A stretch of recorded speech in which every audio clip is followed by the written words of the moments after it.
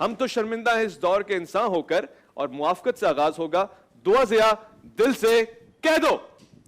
زیر بحث قرارداد ہم تو شرمندہ ہیں اس دور کے انسان ہو کر کا ابتدائی لفظ ہم, جس سے مراد میں, آپ اور اس کائنات میں رہنے والا ہر شخص. دوسرا لفظ شرمندہ, جس سے مراد احساس ندامت یعنی کہ اپنی غلطی کا احساس ہونا. قرارداد کے اگلے حصے میں کہا گیا ہے اس دور کے, جس سے مراد دور حاضر یعنی کہ وہ دور جب دنیا جدیدیت کی طرف آنا شروع ہوئی. قرارداد کا آخری لفظ انسان, جس سے مراد اشرف المخلوقات کے ہیں. جناب والا, اگر اس قرارداد کا سیاسی طور پر جائزہ لیا جائے تو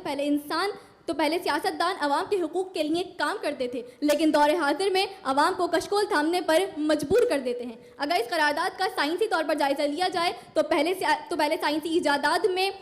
سائنسی ایجادات میں مشینری اور برقی آلات بنا کر انسان کی زندگی کو سہل کیا جاتا تھا, لیکن دور حاضر میں ایٹم بم اور ہتھیار بنا کر انسان کی زندگی کا خاتمہ کیا جاتا ہے. اگر اس قرارداد کا تعلیمی طور پر جائزہ لیا جائے تو پہلے انسان تعلیم حاصل کرنے کے لیے ہر جائز کوشش کرتا تھا, لیکن دور حاضر میں نقل اور رشوت نے تعلیم کو بے معنی کر دیا ہے, اور اس طرح سے سیاسی, سائنسی اور تعلیمی اعتبار سے یہ قرارداد منظور ہوتی ہے.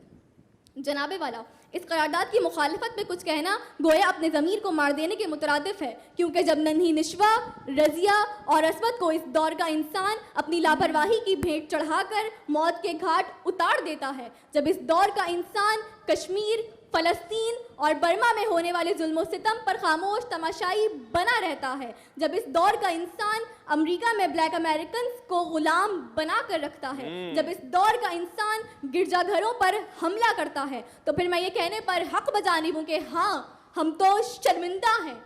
اس دور کے انسان ہو کر. ہم تو شرمندہ ہیں اس دور کے انسان ہو کر. اور صدر عالی وقار,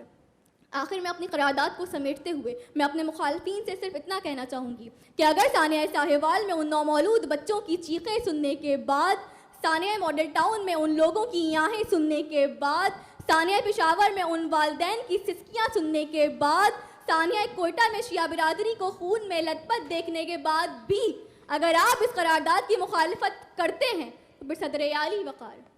انا للہ و انا الیہ راجعون.